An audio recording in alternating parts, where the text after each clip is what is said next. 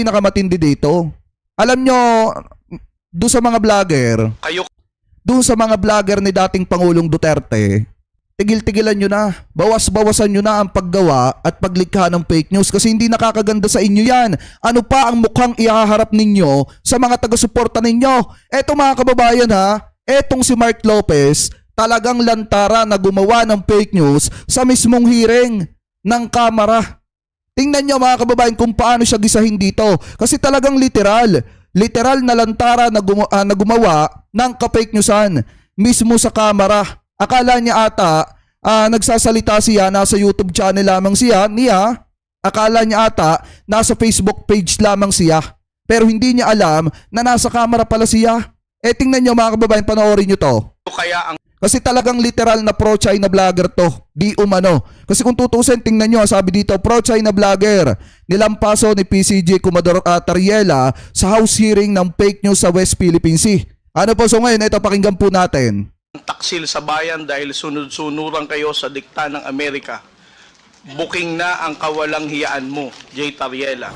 Ano po yung sa atin na inagaw? Ano po yung? Ano po yung ating territory na inagaw? This will be your last warning, or else I will cite you in contempt. Sa mga pagsasalita na katulad ni Mark Lopez na ganyan, that he never hesitates to call out the aggressive actions of the People's Republic of China. And he appears to even side with the People's Republic of China's narrative. Sinabi mong mag-water ka. Mr. Chair, sige po. Mr. Chairman, with this, Mr. Chairman. Mag-apologize po ako. Mali po ako. Sige po, fake news po ako. Commodore Tariela,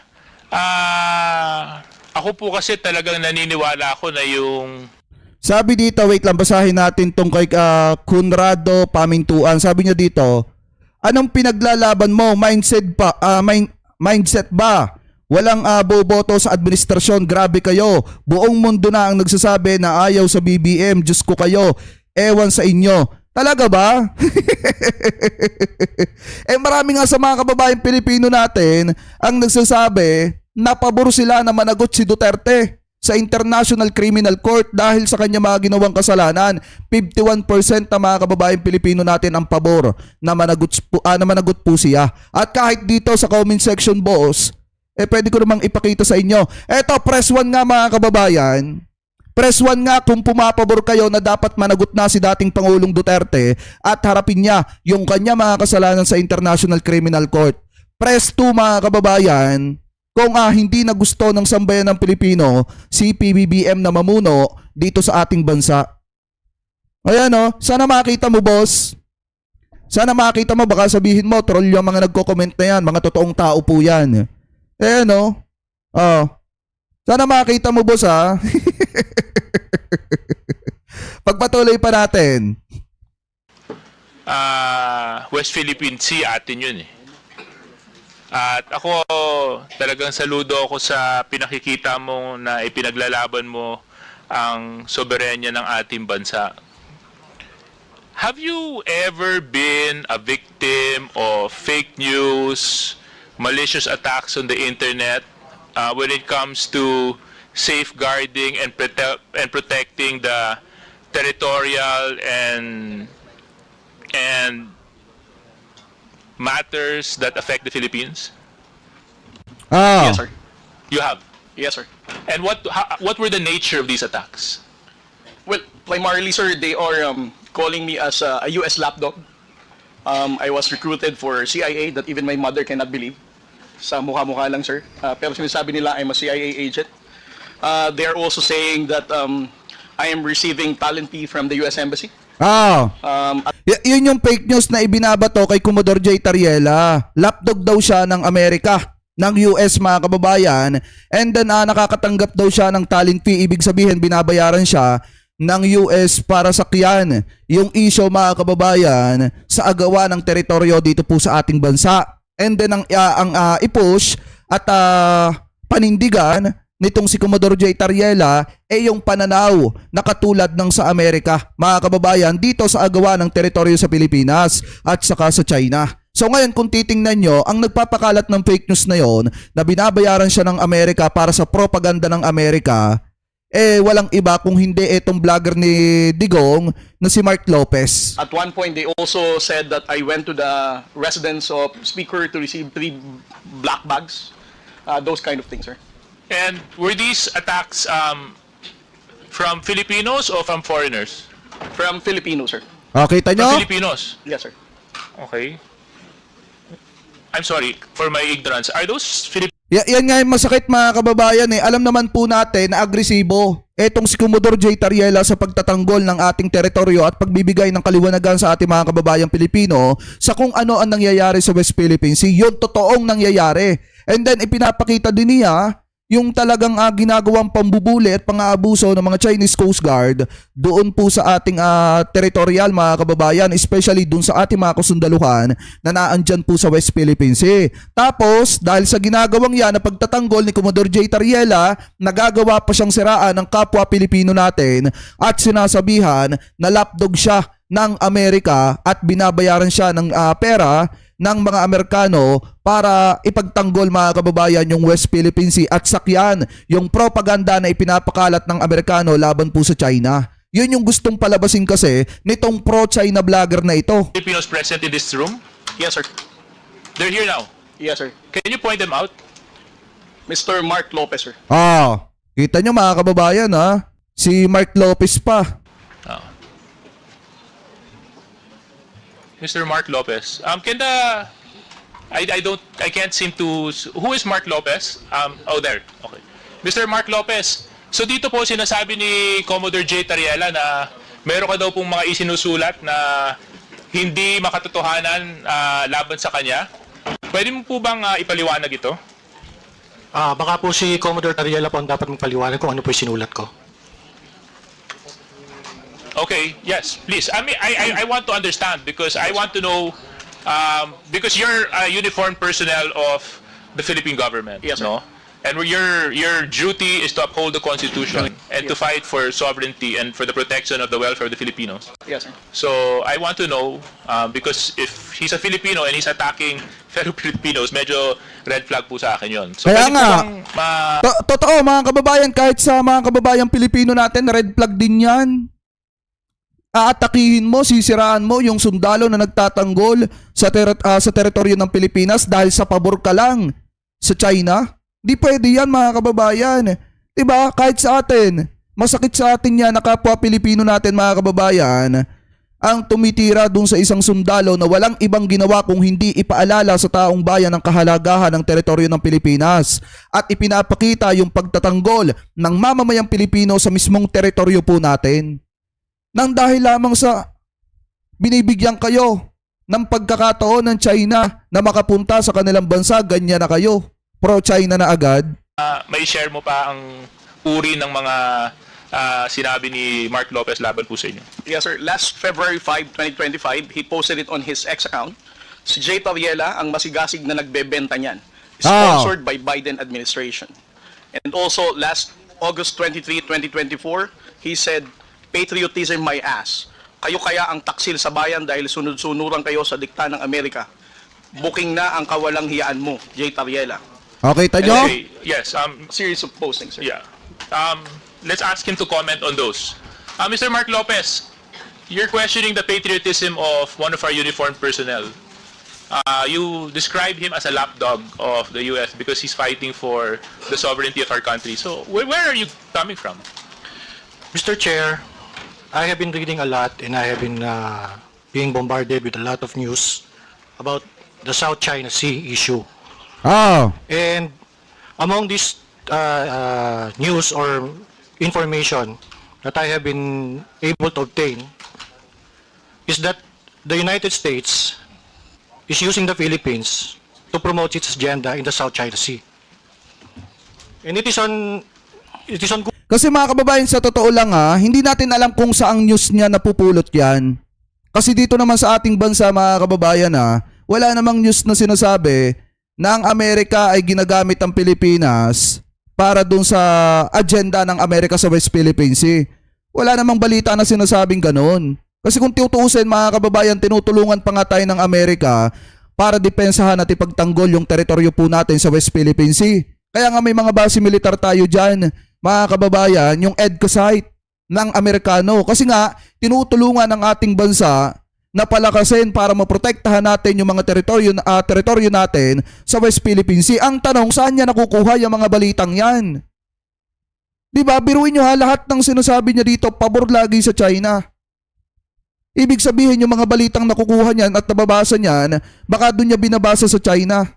Sa mga article ng China, natural, puro pabor sa kanila yon. At laban sa Amerika at Pilipinas yung sasabihin doon. Google, it is in the news.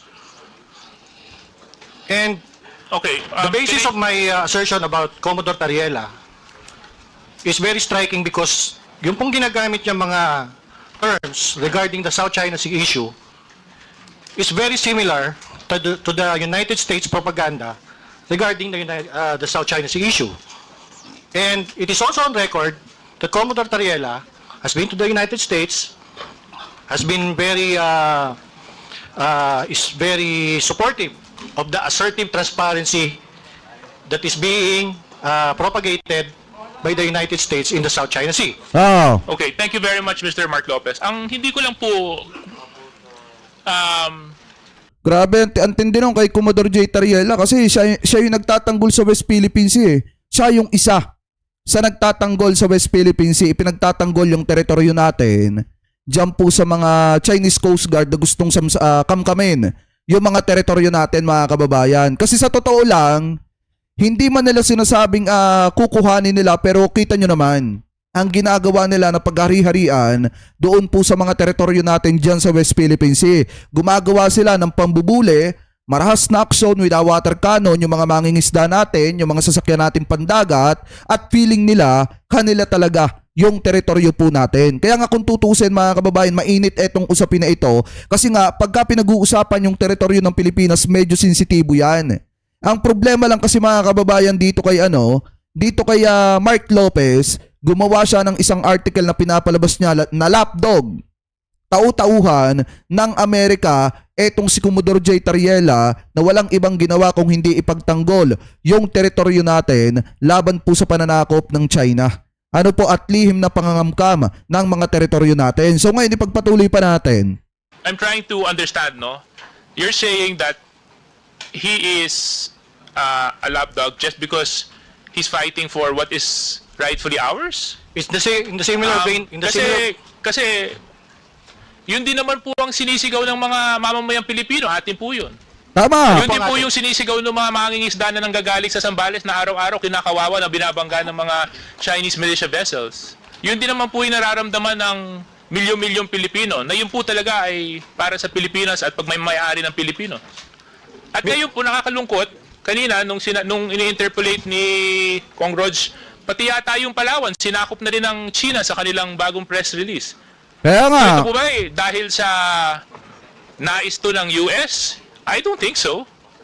Mr. Chair, I think that's reckless. I'm not fighting for US interests when I'm fighting for what is Philippines, what is pro-Philippines, what is ours. I'm fighting for the Philippine interest only. Tama! Mr. Chair, pwede ko po matanong, ano po ba yung atin na inagaw? Ulit? Ano po yung sa atin na inagaw? Ano po yung? Ano po yung ating territory na inagaw? O kinuha? Eto, mga kababayan, kung tutusin, bawal talaga magtanong yung resource person doon po sa mga nag-i-interpolate na mga kongresista. Pero kung tutusin, mga kababayan, di ba ang tanong niya, ano po ba yung mga teritoryo natin na inaagaw daw, mga kababayan, ng China or inagaw ng China?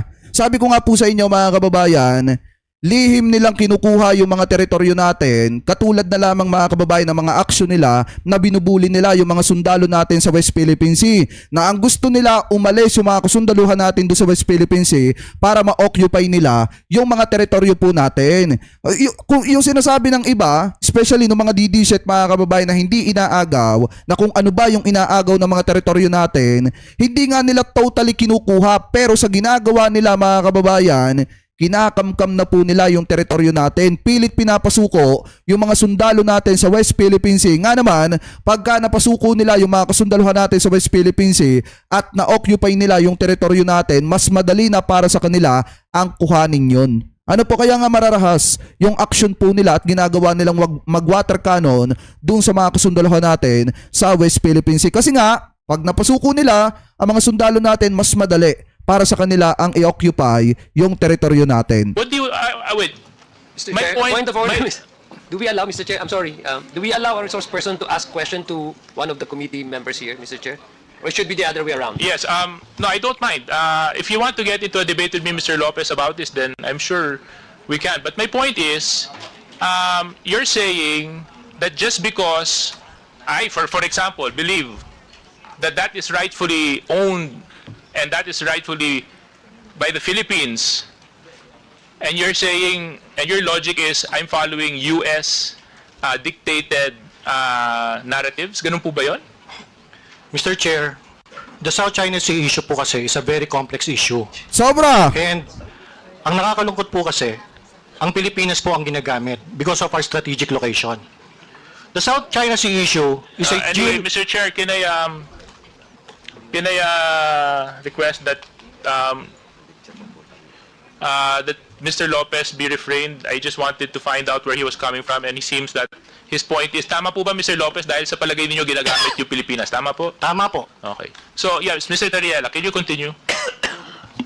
So, sir, this is a good example of how, like Mr. Lopez is countering our factual narrative in the West Philippine Sea. Kaya And this is nga. the reason why we need to counter fake news purveyor like Mr. Mark Lopez spreading wrong information about our fight in the West Philippine Sea. Ito ang dahilan kung bakit ang hirap nating pagkaisahin ng mga Pilipino sa mga pagsasalita na katulad ni Mark Lopez na ganyan, that he never hesitates to call out the aggressive actions of the People's Republic of China. And he appears to even side with the People's Republic of China's narrative. Ako, kunyari, nung tinitira ng water cannons yung mga mangingisda natin, Yan. masakit sa akin. Eto, pakinggan nyo ha. Pakinggan nyo. Lantaran niyang gagawa ng fake news dyan. On the spot, mga kababayan. Yun. Pag binabangga yung mga Coast Guard vessels natin na madambuhalang Chinese vessels, masakit sa akin yun. Tama! Yung mga mangingisda natin na malilit ay hindi Mr. Chairman! That what you said. Mr. Chairman, that's fake news! Yes, that is why just a point of clarification. You mentioned earlier that ang Pilipinas nagwater Wait lang mga kababayan. Ba't dito sa Pinas News? Ba't kinat? Diba? Wait lang. Kuhanin natin yung kinat eh. Cut yung video, itong ginagawa natin ng reaction video. Nakakat siya, tinanggal yung part na gumawa ng fake news. Itong si Mark Lopez. Wait lang. Hanapin natin yung meron akong backup dyan. Ayan, ito. United States propaganda regarding the South China Sea issue. And it is also on record that Commodore Tariela has been to the United States. Ako, kunyari, Ito mga kababayan na nakakat yung video. Nakakat. Ito. Galing dito sa Pinas News. Nakakat yung video. Dapat hindi. Ito. nung tinitira ng water cannons yung mga mangingisda natin, masakit sa akin yun. Pag binabangga yung mga Coast Guard vessels natin na madambuhalang Medyo mahina ha, intindihin nyo na lang. Chinese vessels, masakit sa akin yun. Masakit po yun pag ginagawa po yun ng Malaysia. Pero yun po ang nature ng beast sa South China Sea eh. Okay. Anyway, Tayo rin po, sir. Mr. Chairman. Tayo rin po nagwa-water cannon, Mr. Chair. Ano? Mr. Lopez, may I ask, saan po nyo nakuha? Ano yung sabi mga kababayan ni Mark Lopez? Tayo din po, nagwa-water cannon din po tayo, Mr. Chair. Ibig sabihin, pinapalabas niya mga kababayan, na nagwa-water cannon din ang Pilipinas sa West Philippine Sea kahit hindi naman. Never naman tayong gumamit ng water cannon. Hindi, sa totoo lang mga kababayan, lalo na nung kasagsagan ng issue ng Gentleman's Agreement, na kung saan hindi makapagdala ng resupply materials yung mga sasakyan natin pandagat dun sa BRP Sierra Madre kasi nga hinaharang ng mga Chinese vessel. Pinaggigitnaan nila, wina-water cannon nila yung ating mga sasakyan pandagat. Tapos palalabasin nitong si Mark Lopez mga kababayan na nagwa-water cannon daw ang Pilipinas, yun talaga literal na fake news. Kaya nga kung titingnan nyo, ang sinasabi dito mga kababayan, balik tayo dito. Ang sinasabi dito fake news. Kaya kung titingnan nyo, nag-react dito si yung isang congressman at sinasabi na fake news yung sinasabi ni Mark Lopez. Wait lang ha, balik natin ng konti. Mr. Chairman, that's fake news. Yes, Oh. that is why, just a point of clarification. You mentioned earlier that ang Pilipinas nag-water cannon din sa China. May I know where did you get that information? Was it in the news? Mr. Chair, wala po ako sinabing nag-water cannon sa China. Hindi, sinabi nyo ngayon lang. Hindi, ang sinabi ko po nag-water cannon hindi, po hindi, sa Pilipinas. Mr. Mark Lopez, pwede natin i-review yung tape. We are at the Ah. record. Kasasabi mo lang yun. At saka, did I hear it right? That he said na nag-water cannon din tayo sa China? Hindi, wala nakalagay na China, pero mga kababayan, obvious naman na yun yung tinutukoy niya kasi ang pinag-uusapan po kasi dito, yung fake news mga kababayan, itong pro-China vlogger na ito, and then issue ng West Philippine Sea sa pagitan ng Pilipinas at saka ng China. So ngayon, ang pinapalabas kasi ni Mark Lopez dito, ang Pilipinas nagwa-water cannon din. Kahit hindi naman. Kasi kung matatandaan nyo, di ba ang pahayag ng presidente, tayo ay nagdidepensa lamang. Hindi natin kailangan gumamit ng mga water cannon ng ganyan. Kaya nga mga kababayan, sa totoo lang, nakuha natin ng simpatsya ng ibang mga kapitbahay nating bansa kasi hindi tayo nagpuprotekta lang pero hindi tayo nakikipag-away. Hindi rin tayo gumagamit ng water cannon. Tapos may isang vlogger lang ang magsasabi na tayo ay nagwa-water cannon kahit hindi naman. Partida, nasa kamera pa na ang pinag-uusapan kung paano masusugpo yung fake news. Sa kamera pa talaga gumawa ng fake news. Tapos ngayon, tingnan nyo mga kababayan kapag itinatanong na sa kanya. Nag-water cannon lang. Nag-water cannon po tayo. Pero, Mr. Chairman, pero Mr. Lopez, Opo. Mr. Chair. Yes, sir. makinig ka po, please. Kasi po, the issue as of now is the West Philippine Sea. Tama. The problem with China. Now, nung minention D.S. Suarez about the water cannons, nagsalita ka na tayo din, nag-water cannon. Saan yun? Water Ayan. cannon saan? Kasi yung pinag-usapan natin dito is the West Philippine Sea. Now, tama ka. Hindi mo sinabi na nag-water cannon ang Pilipinas sa China. But ang pinag-usapan natin dito is all about the West Philippine Sea. Now, ano yung sinasabi mong water cannon?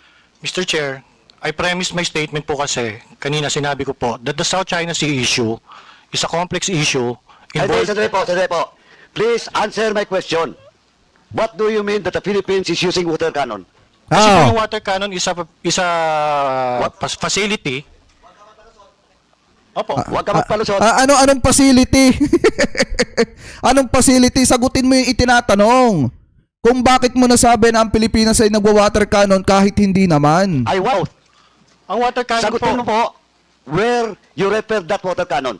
Ah. That you mentioned. Ang water cannon na deployment po kasi is one of the actions taken by a state pag meron po mga dispute na ganyan nga po. Ang Pilipinas, ibig mo sabihin, mag-water cannon din sa China. Pwede po. Ah, that's sinabi mo nag-water cannon.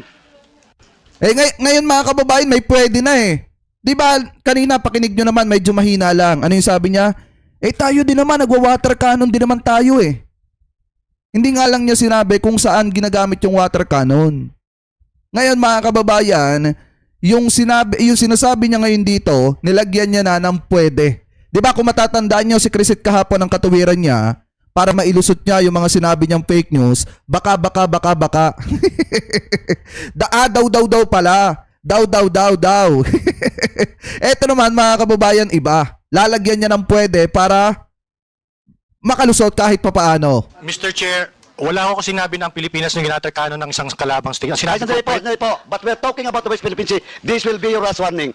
Or else I will cite you in contempt. This is your last warning. You're under oath. Opo.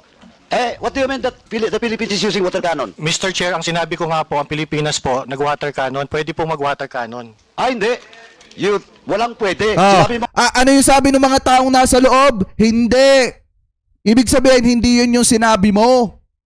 Hindi yun yung sinabi mo na ang Pilipinas pwedeng mag-water cannon. Ang sabi mo, ang Pilipinas nagwa-water cannon. Kahit hindi naman. mag-water cannon. Mr. Chair, sige po. Mr. Chairman, with this, Mr. Chairman. Mag-apologize po ako. Mali po ako. Sige po, fake news po ako. Oo. Sinasabi ko lang po, pwede po ang water cannon sa South China Sea issue. Hindi, ganito lang po. Fake news po ako. Ano? Hindi, ang sinabi mo, what you said, nag-water cannon. Oh, yung mga taga-suporta dyan ni dating Pangulong Duterte. Yan oh, yung mga vlogger nyo mismo umaamin na fake news sila. 'Di ba?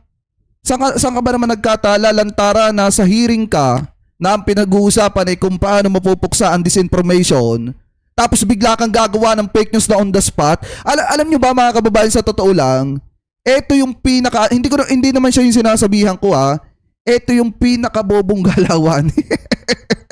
Akala niya siguro, naando dun siya sa kanyang YouTube channel, naando dun siya sa kanyang Facebook page, na lahat ng sasabihin niya, walang makakabalik sa kanya kasi nga, naando dun siya sa kanyang mga channel, pero hindi niya alam, baka natutulog pa sa pansitan, na nasa hearing na pala siya.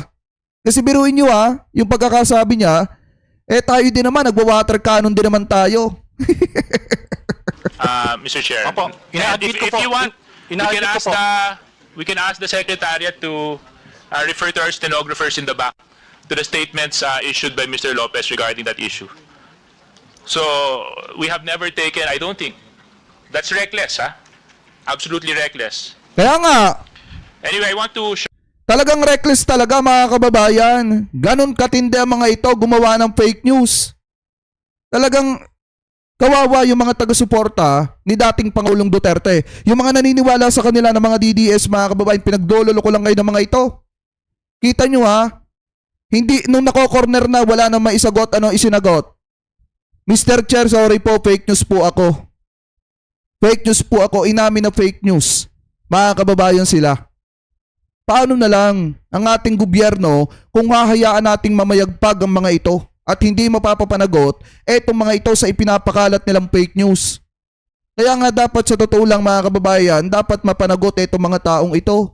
Kasi ganun na lamang kadali para sa kanila ang sirain ng ating gobyerno at gumawa ng ka-fake newsan para masira ang imahe ng ating gobyerno.